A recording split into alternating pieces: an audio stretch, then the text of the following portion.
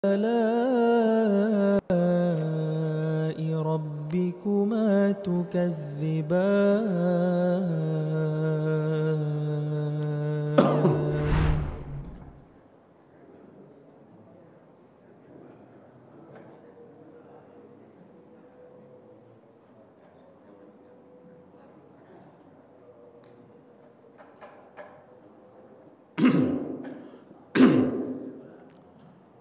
Bismillahirrahmanirrahim. Assalamualaikum warahmatullahi wabarakatuh. Innal hamdalillah nahmaduhu wa nasta'inuhu wa nastaghfiruh bi anfusina wa min sayyiati a'malina may yahdihillahu fala mudilla lahu ومن يضلله فلا هادي له أشهد أن لا إله إلا الله وحده لا شريك له وأشهد أن محمدا عبده ورسوله لا نبي بعد اللهم صل على محمد وعلى آله وأصحابه أجمعين. Amma ba'du. Jemaah sekalian yang insyaallah dirahmati Allah Subhanahu wa taala, kita lanjutkan kembali kajian tauhid, yaitu asma wa sifat, dan kita masih berada dalam pembahasan tentang nama Allah Al-Qadir. Al-Qadir artinya adalah Maha Kuasa dan Maha Menentukan atau Maha Menakdirkan.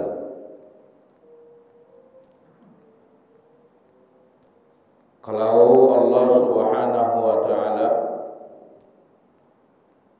yang menciptakan seluruh makhluk, maka Allah yang memilikinya. Kalau Allah yang memilikinya, maka Allah yang menguasainya. Kalau Allah yang menguasainya, maka Allah yang berhak untuk menentukan, Allah yang berhak untuk menakdirkan.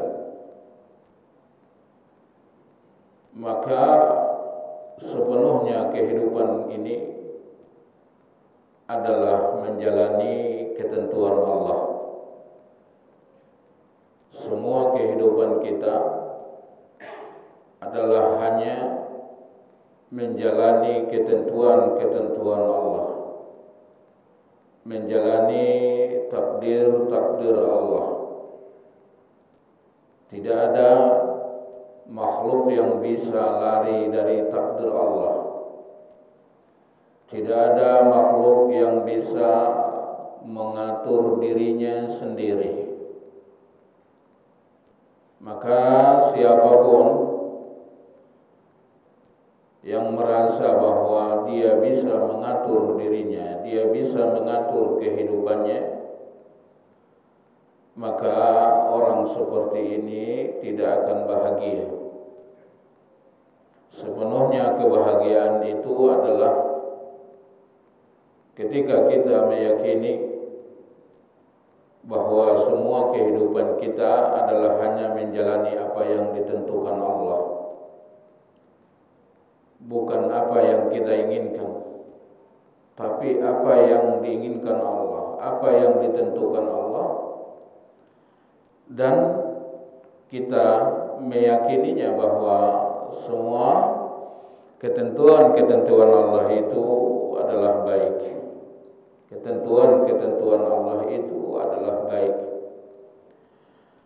Dan kita sudah pelajari bahwa ketentuan Allah itu, aturan Allah itu, takdir Allah itu ada dua. Ada yang dinamakan dengan ketentuan atau keputusan rahmat. Ada juga yang dinamakan dengan keputusan hikmah. Keputusan rahmat adalah setiap ketentuan-ketentuan, setiap takdir-takdir yang disukai, yang disenangi, seperti kesehatan, harta, dan lain-lain. Itu dinamakan dengan ketentuan rahmat. Akan tetapi ketentuan-ketentuan rahmat, keputusan-keputusan rahmat tidak sepenuhnya kebaikan. Tidak sepenuhnya kebaikan. Maka dari itu kita lihat orang-orang kafir itu diberikan Allah kesehatan. Orang-orang kafir itu diberi Allah kedudukan.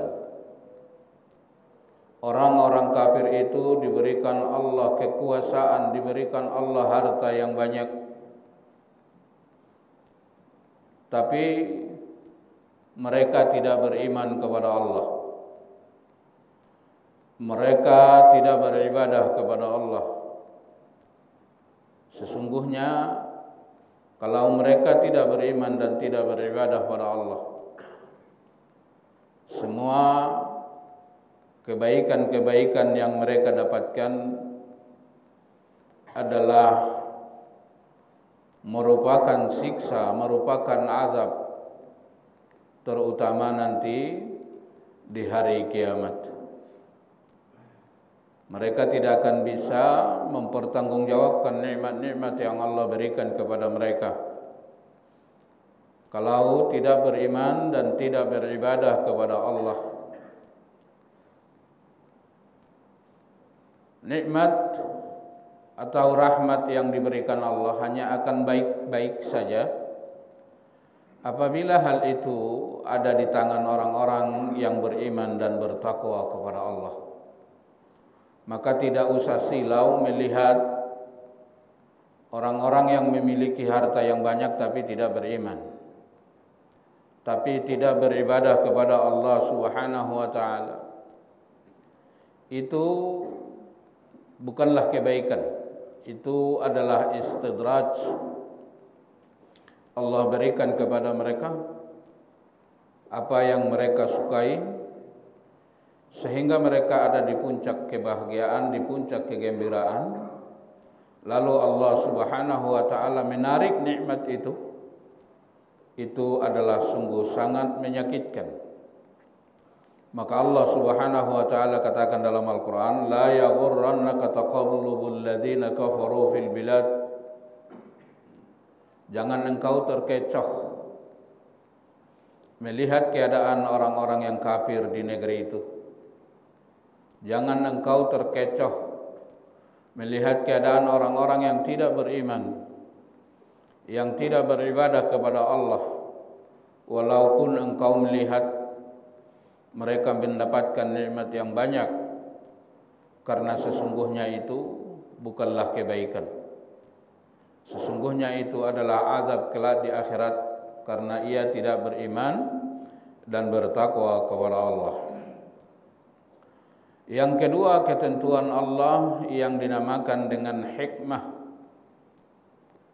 Ketentuan yang dinamakan dengan hikmah artinya adalah takdir-takdir yang Allah berikan yang tidak disukai oleh jiwa manusia, seperti kemiskinan, seperti peperangan, seperti penyakit dan lain-lain.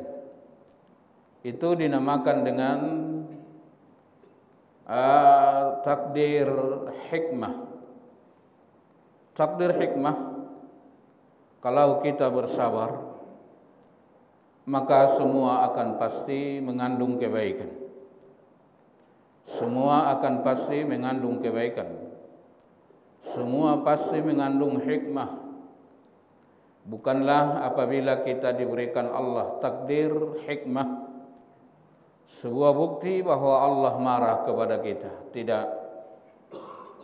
Bahkan Nabi sallallahu alaihi wasallam katakan, "Idza aradallahu bi'abdin khaira yusibhu." Apabila Allah Subhanahu wa taala menghendaki seseorang akan baik, yusibhu, Allah akan berikan kepada dia musibah. Allah akan berikan kepada dia musibah. Ketika Allah Subhanahu wa taala menghendaki orang tersebut akan baik. Akan baik maksudnya baik di dunia, baik di akhirat, yang akhirnya dia masuk ke dalam surga. Nah, jemaah sekalian yang insyaallah dirahmati Allah, mungkin saya sudah sampaikan atau belum. Seperti umpamanya kita lihat kehidupan para rasul. Mereka ada dalam ujian yang sangat luar biasa. Bagaimana mungkin setiap para rasul itu mendapatkan ujian yang sangat berat, padahal mereka manusia terbaik? Apakah itu bukti kebencian Allah kepada mereka, atau itu adalah bukti kasih sayang Allah? Seperti umpamanya Nabi Nuh, beliau terus menerus dicaci maki kaumnya. Beliau terus menerus dikatain oleh kaumnya sebagai orang yang gila. Enggak tanggung-tanggung, bukan setahun 2 tahun, hampir ribuan tahun. Mereka mengatakan Nabi Nuh adalah orang yang gila. Ini adalah ujian yang sangat luar biasa yang diterima oleh seorang rasul, bahkan rasul yang pertama sekali, yaitu Nabi Nuh. Dia dikatakan terus oleh kaumnya orang yang gila. Ketika terjadi banjir, Allah katakan tidak ada yang selamat kecuali orang yang ada di kapal itu. Tidak ada yang selamat kecuali orang yang ada di kapal itu. Nabi Nuh melihat istrinya tenggelam, tidak mau masuk ke dalam kapal itu. Itu adalah merupakan ujian yang sangat luar biasa. Dia lihat sendiri dengan matanya, anaknya dan istrinya ditenggelamkan. Dan itu sebagai bukti bahwa anak dan istrinya itu tidak akan selamat dunia akhirat. Dan ini adalah sebagai ujian yang sangat berat. Coba bayangin kalau kita Nabi Nuh itu, kita melihat pemandangan seperti apa yang ia lihat terhadap anak dan istrinya. Begitu juga dengan Rasul sallallahu alaihi wasallam. Rasul sallallahu alaihi wasallam dilahirkan dalam keadaan yatim. Rasul sallallahu alaihi wasallam masih kecil, ibunya meninggal dunia. Lalu Allah menitipkan dia kepada kakeknya. Kakeknya meninggal dunia, dititipkan juga kepada pamannya Abu Thalib, meninggal dunia, dititipkan kepada Khadijah, juga meninggal dunia. Ujian yang sangat luar biasa. Semua anaknya meninggal di saat beliau masih hidup. Beliau menyaksikan semua anaknya dimasukkan ke dalam kubur, kecuali Fatimah. Ini adalah ujian yang sangat luar biasa. Pembela beliau para sahabat-sahabat yang setia. Sahabat-sahabat ini pun disiksa, disakiti oleh orang-orang kafir Quraisy. Semua sahabat-sahabat itu kebanyakan adalah orang-orang miskin. Mereka diusir dari Makkah. Ini semua adalah ujian yang sangat luar biasa, yang mungkin kalau diberikan kepada kita, kita tidak kuat.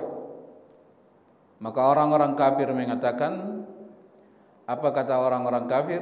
Batara Muhammad Muhammad itu sebenarnya orang sial. Sebenarnya dia bukan orang yang dicintai Tuhannya. Buktinya lihat, enggak ada kelihatan kebaikan-kebaikan yang ia dapatkan. Lalu Allah turunkan surat yang menghibur Nabi, ma wadda'aka rabbuka wa ma qala. Ma wadda'aka rabbuka wa ma qala. Allah tidak meninggalkanmu Muhammad. Tuhanmu tidak membencimu. Tuhanmu benar-benar sangat mencintaimu wahai Muhammad. Lalu tidak lama Nabi pun di-Isra Mi'rajkan.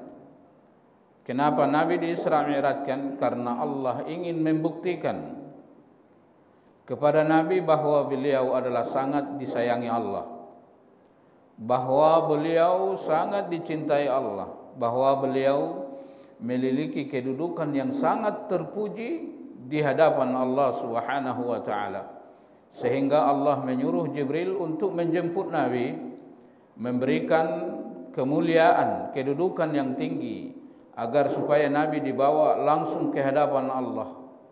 Nabi pun dibawa ke hadapan Allah. Itulah peristiwa Isra Mi'raj. Dan satu-satunya yang mendapatkan peristiwa Isra Mi'raj hanyalah Rasul. Kalau ada orang yang mengatakan si anu Isra Mi'raj 70 kali sehari semalam, itu bohong besar.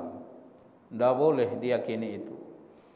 Hanya Nabi yang diberikan kemuliaan ini. Maka ketika Nabi bertemu dengan Allah, coba renungkan seandainya Anda melihat pemandangan itu. Bagaimana Nabi sungguh sangat mulia, sungguh sangat disayang oleh Allah Subhanahu wa taala. Lalu Allah pun memberikan hadiah yang paling mulia di sisi Allah kepada Rasul yang sangat mulia ini. Apa itu hadiah? Adalah ibadah terbaik di sisi Allah Subhanahu wa taala, yaitu salat. Yaitu salat. Nah, jemaah sekalian yang insyaallah dirahmati Allah Subhanahu wa taala, maka salat ini adalah penolong yang sangat luar biasa dalam kehidupan kita.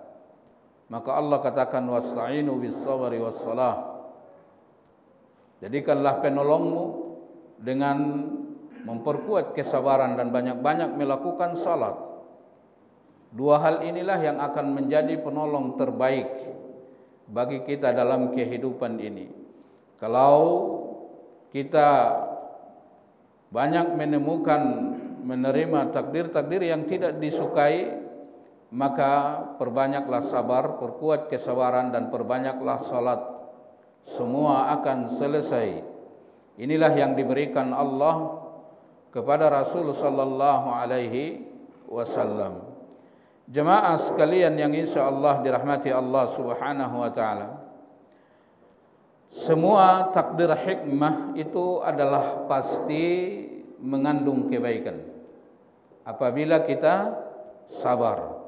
Allah Subhanahu wa taala berfirman, a'udzubillahi minasyaitonir rajim, ma asaba min musibatin fil ardi.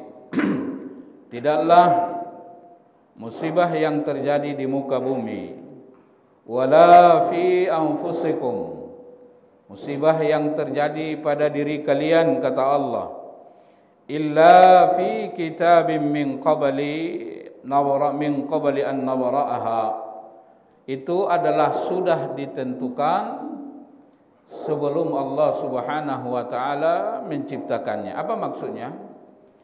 Maksudnya semua apa yang terjadi dalam kehidupan kita, baik itu sesuatu yang kita sukai maupun itu sesuatu yang kita sukai, yang kita suka dan yang kita tidak suka, semua aturan yang telah Allah tentukan dalam kehidupan seluruh makhluk, itu Allah sudah tentukan. Allah Subhanahu wa taala sudah tentukan 50.000 tahun lagi sebelum Allah menciptakan alam. Nah, maka kalau terjadi musibah, kembalilah kepada ayat ini. Kembali kepada ayat ini. Bahwa semua apa yang terjadi, semua apa yang terjadi, itu sudah Allah tentukan. Itu udah Allah tentukan. Kapan? 50.000 tahun lagi sebelum Allah menciptakan alam. Jadi si anu bisa bikin rumah yang mewah, si anu bisa memiliki harta yang banyak, si anu sehat-sehat saja, ya itu sudah Allah tentukan itu. Bukan dia yang menentukan dirinya seperti itu. Bukan dia yang menghendaki dirinya seperti itu. Itu adalah kehendak Allah. Rezekinya banyak banget. Iya, itu kehendak Allah. Allah yang menentukan itu 50.000 tahun lagi sebelum Allah menciptakan alam. Bukan karena kehebatan dia, bukan. Tapi adalah ketentuan Allah. Siapapun yang memahami ini dengan baik, maka hal ini sangat luar biasa untuk menghilangkan hasad. Untuk menghilangkan hasad dalam hati kita terhadap orang lain adalah memahami semua apa yang terjadi itu adalah sudah ditentukan Allah. 50.000 tahun lagi sebelum alam diciptakan. Tapi lihat ada orang-orang yang tidak yakin dengan hal ini. Dia mengira orang itu sehat, dia mengira orang itu baik-baik saja, banyak uangnya, itu adalah karena kemampuan orang itu. Enggak, itu adalah karena ketentuan Allah. Maka tidak ada gunanya hasad. Sesungguhnya hasad itu adalah ketidakpercayaan kepada takdir Allah. Orang yang hasad sesungguhnya adalah orang yang tidak percaya dengan baik, tidak beriman dengan baik kepada takdir Allah. Sehingga dia tidak suka ketika orang lain mendapatkan kebaikan. Karena dia merasa bahwa orang itu mendapatkan itu karena adalah kehebatan orang itu dan lain-lain. Nah, muncullah hasad. Nah, jemaah sekalian yang insya Allah dirahmati Allah subhanahu wa ta'ala. Begitu juga dengan hal-hal yang bentuknya musibah, yang bentuknya hal-hal yang tidak disukai.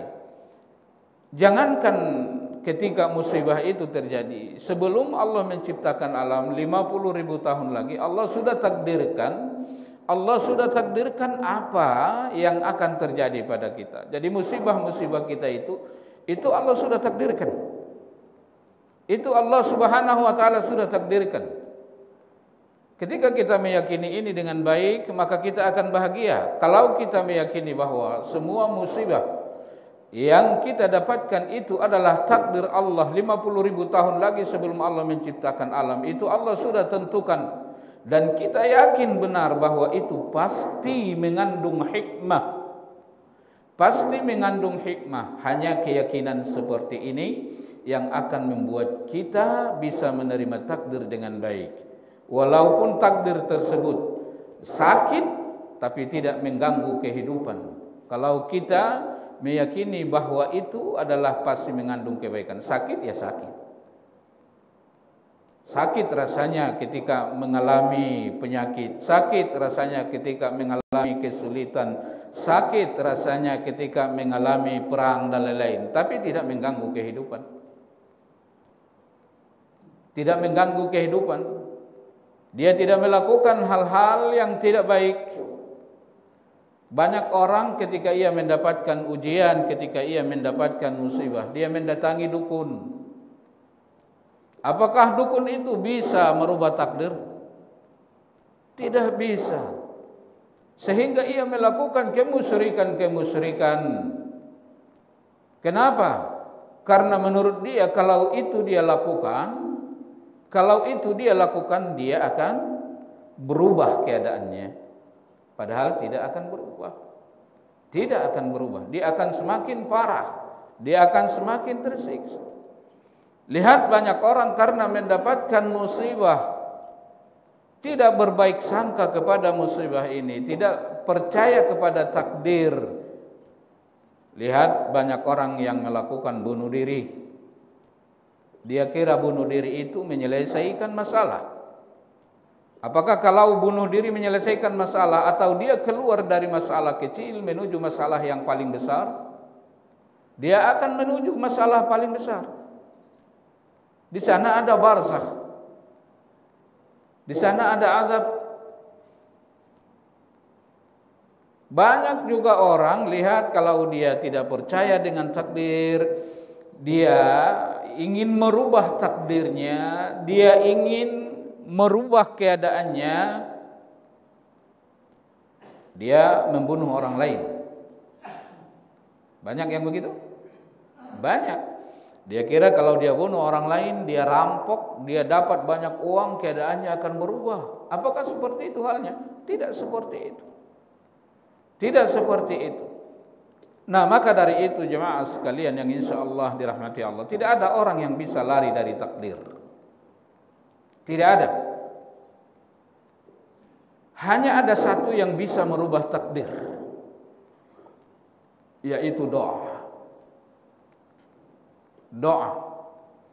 Nabi sallallahu alaihi wasallam katakan tidak ada satupun yang bisa merubah takdir kecuali doa. Dan tidak ada yang membuat usia bisa diperpanjang kecuali perbuatan baik. Tidak ada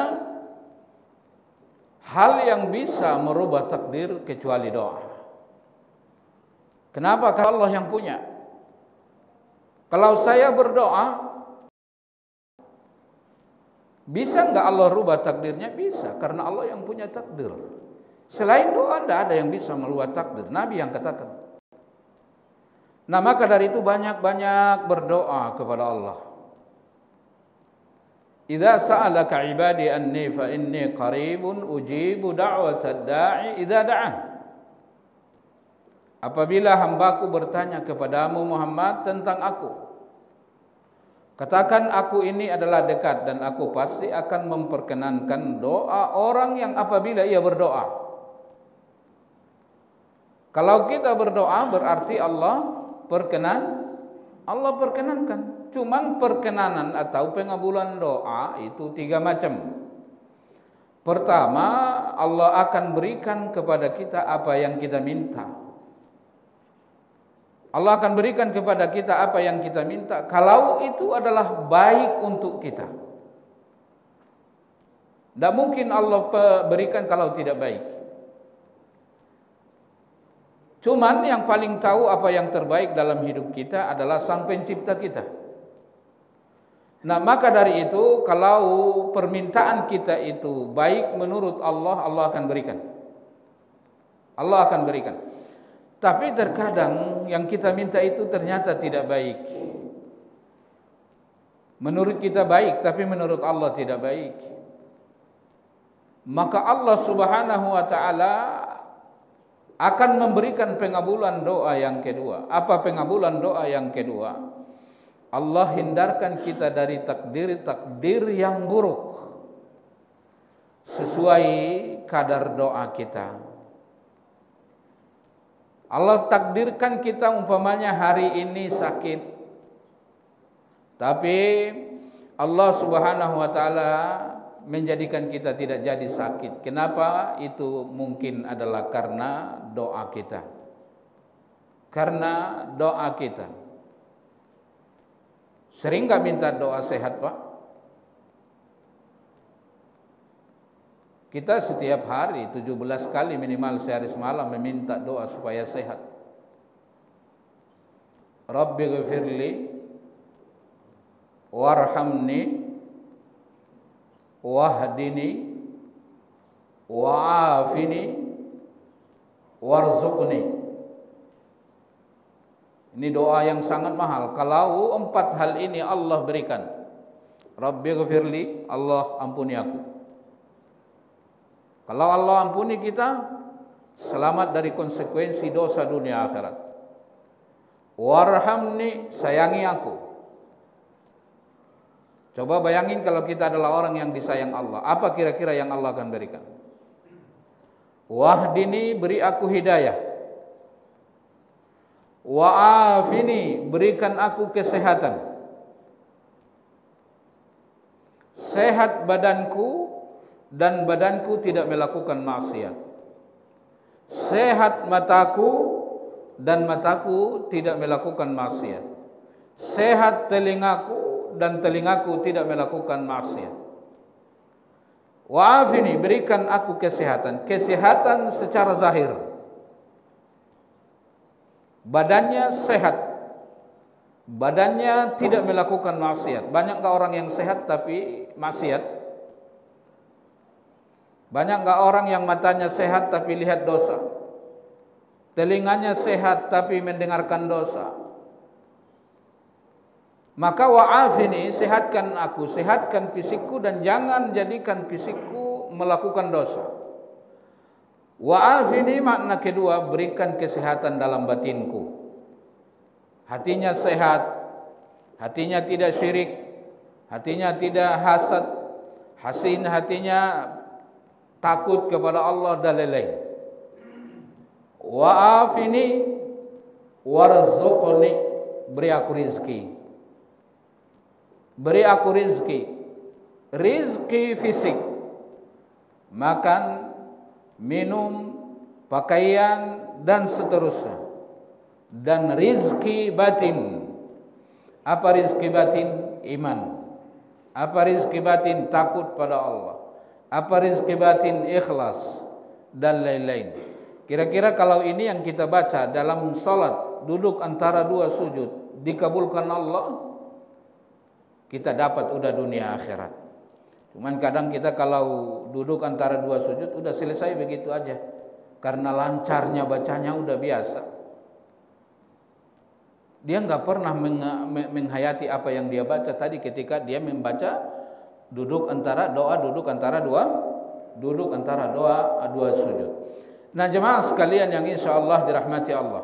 Jadi terkadang kalau kita berdoa kepada Allah, Allah kabulkan apa yang kita minta. Kalau baik menurut Allah, kalau tidak baik menurut Allah, Allah halangi takdir yang tidak baik terhadap diri kita yang sudah ditentukan Allah sesuai dengan kadar doa. Maka banyak-banyak berdoa. Seharusnya hari ini dalam takdir akan jatuh naik motor, tapi enggak jatuh karena doanya. Karena doanya. Pengabulan yang ketiga kata Nabi nanti di akhirat. Nanti di akhirat. Di akhirat bagaimana? Ketika dia melihat orang masuk surga, enak banget di surga. Mereka masuk surga karena mereka punya pahala. Ketika mereka melihat orang yang di neraka, takut dia. Seandainya aku jangan masuk ke neraka itu. Sehingga dia tahu bahwa orang yang ada di neraka karena tidak punya pahala, orang yang ada di surga adalah orang yang punya pahala. Maka yang paling dia inginkan kata Nabi adalah pahala. Dia berandai kata supaya seandainya saya punya pahala, seandainya saya punya pahala, saya masuk ke surga, saya punya pahala, saya enggak masuk ke neraka itu. Lalu Allah pun datang dan Allah memberikan dia pahala yang banyak.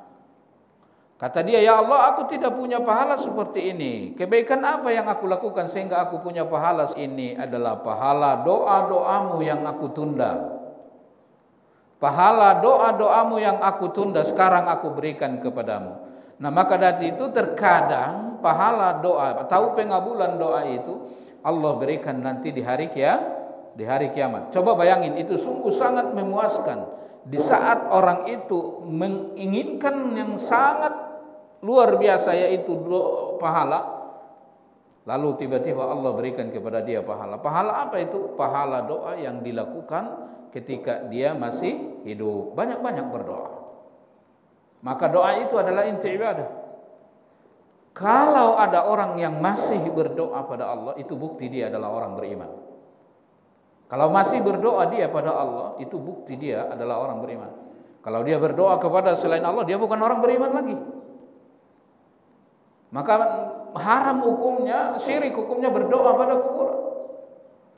Karena doa itu inti ibadah. Iyyaka na'budu wa iyyaka nasta'in. Hanya kepadamu kami menyembah dan hanya kepadamu kami meminta. Nah, jemaah sekalian, hanya doa yang bisa merubah takdir dengan izin Allah. Maka kalau Anda merasa bahwa Anda mendapatkan hal-hal yang tidak Anda sukai, tidak jalan lain kecuali memohon kepada Allah. supaya Allah Subhanahu wa taala memberikan kemudahan-kemudahan. Dan Nabi katakan tidak ada yang bisa memperpanjang hidup kecuali melakukan kebaikan-kebaikan pada orang lain. Kalau kita baik sama orang, Allah akan berikan kepada kita usia yang penuh kebaikan. Allah perpanjang hidup kita. Allah perpanjang hidup kita.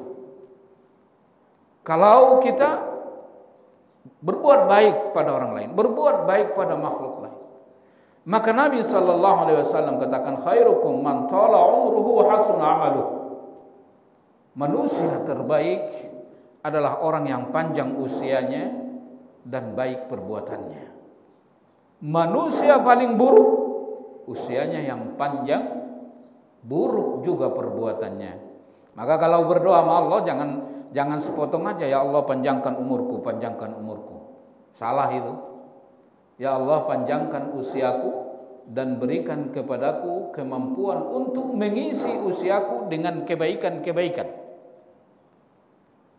Itu fungsi usia, untuk mengisi dengan kebaikan-kebaikan. Nah, jadi kalau Anda semakin baik sama orang, semakin Allah berikan keberkahan hidup. Semakin Allah berikan kesehatan, semakin Allah berikan usia yang panjang. Maka dari itu Nabi sallallahu alaihi wasallam katakan, siapa yang ingin rezekinya ditambah, siapa yang ingin usianya dipanjangkan, hendaklah ia menyambung silaturahim. Jangan putuskan hubungan dengan orang lain. Hati-hati. Nabi sallallahu alaihi wasallam katakan, setiap hari Senin dan hari Kamis pintu-pintu surga dibuka.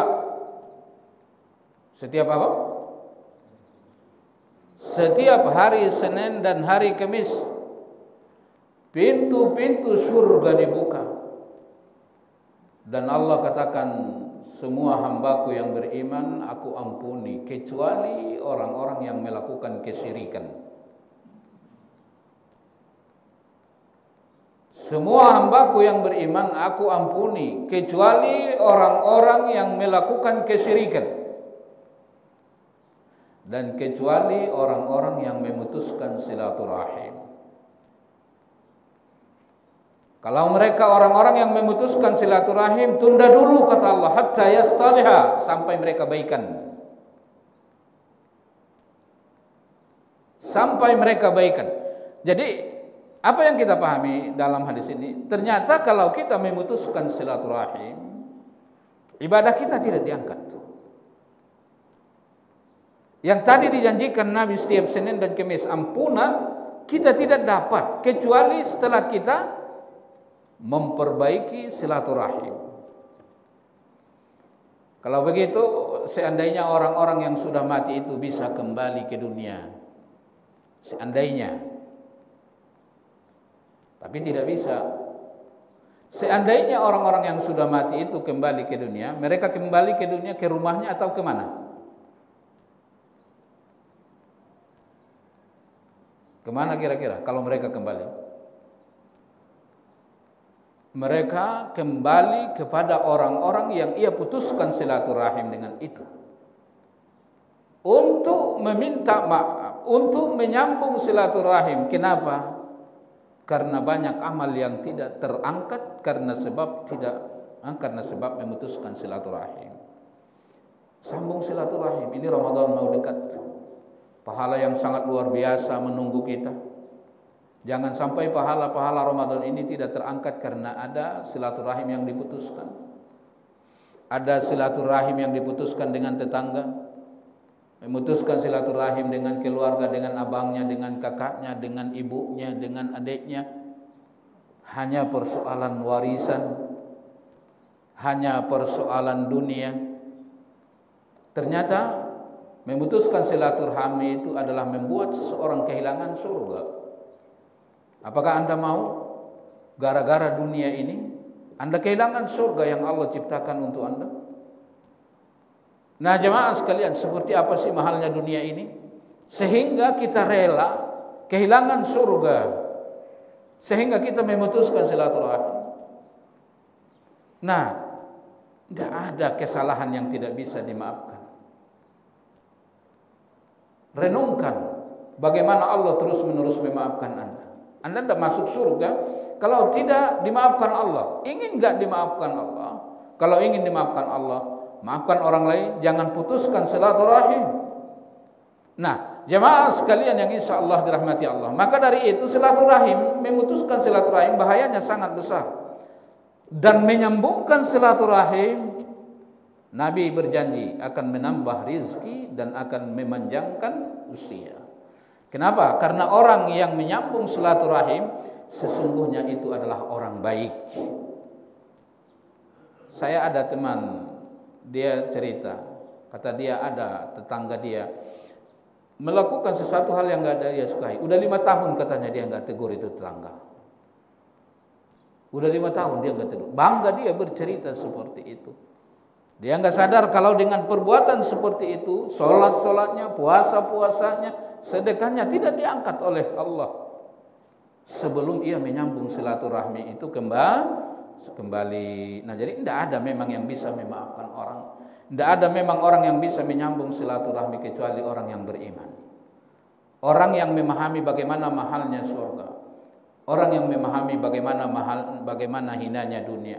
Tidak ada orang yang bisa memaafkan orang lain kecuali dia benar-benar yakin bahwa surga yang akan dia dapatkan. Jadi sambung silaturahmi seperti apapun permasalahannya. Dunia ini tidak lebih mahal dari surga yang Allah janjikan untuk Anda. Jemaah sekalian yang insya Allah dirahmati Allah. Nah, jadi kata Nabi, tidak ada yang bisa merubah takdir kecuali doa, dan tidak ada yang bisa memperpanjang usia kecuali perbuatan-perbuatan baik. Maka jadilah orang-orang baik. Jemaah sekalian yang insya Allah dirahmati Allah Subhanahu wa taala, sedikit lagi ayat tadi kita sambung. Kata Allah Subhanahu wa taala, semua takdir apapun yang terjadi, baik itu yang Anda suka maupun yang tidak Anda suka dalam kehidupanmu, itu sudah Allah tentukan 50.000 tahun lagi sebelum Allah menciptakan alam. Tidak ada jalan lain keluar dari takdir. Apapun yang dilakukan, bunuh diri, bunuh orang, melakukan kesirikan dan lain-lain, menangis sejadi-jadinya, tidak bisa merubah takdir. Hanya satu tadi, yaitu berdoa kepada Allah. Kenapa Allah katakan kepada kita dalam ayat ini bahwa Allah sudah tentukan takdir yang baik dan buruk sebelum Allah menciptakan alam 50.000 tahun lagi? Kata Allah, likaila ta'sau ala ma fatakum wala tafrahu bima atakum. Agar supaya, kata Allah Subhanahu wa taala, agar supaya kalian jangan sedih kalau ada yang hilang dari dirimu. Jadi kalau tadinya kau punya, sekarang diambil Allah, jangan sedih, itu takdir. Memang udah waktunya diambil Allah. Ingat ini. Tadinya kau sehat, sekarang sakit, jangan sedih, itu takdir Allah. Itu takdir Allah. Wala tafrahu, dan supaya jangan bergembira yang berlebihan tentang apa yang Allah berikan. Jadi Allah berikan kesehatan, waduh saya sehat banget, jangan terlalu gembira. Itu takdir Allah. Hari ini kau sehat, besok mungkin kau sakit.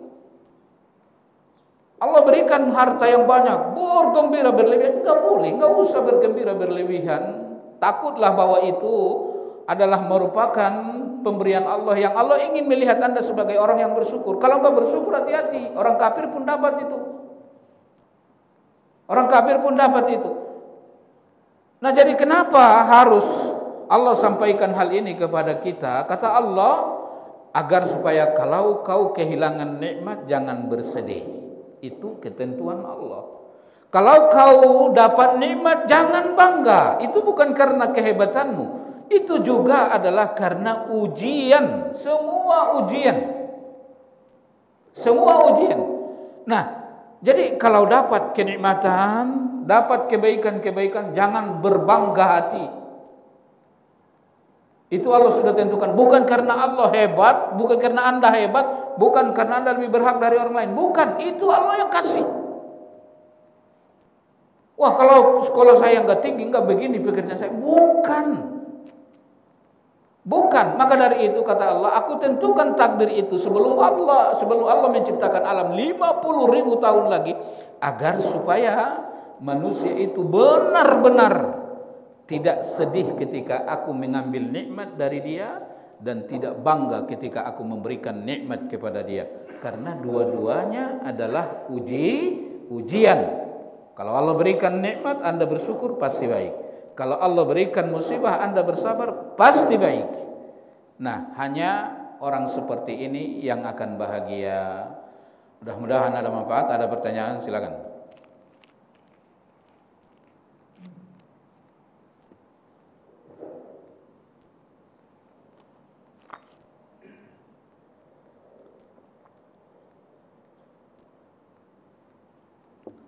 Ada pertanyaan?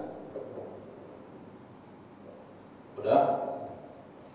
Kita tutup dengan kafaratul majlis. Subhanakallahumma wa bihamdik, asyhadu an la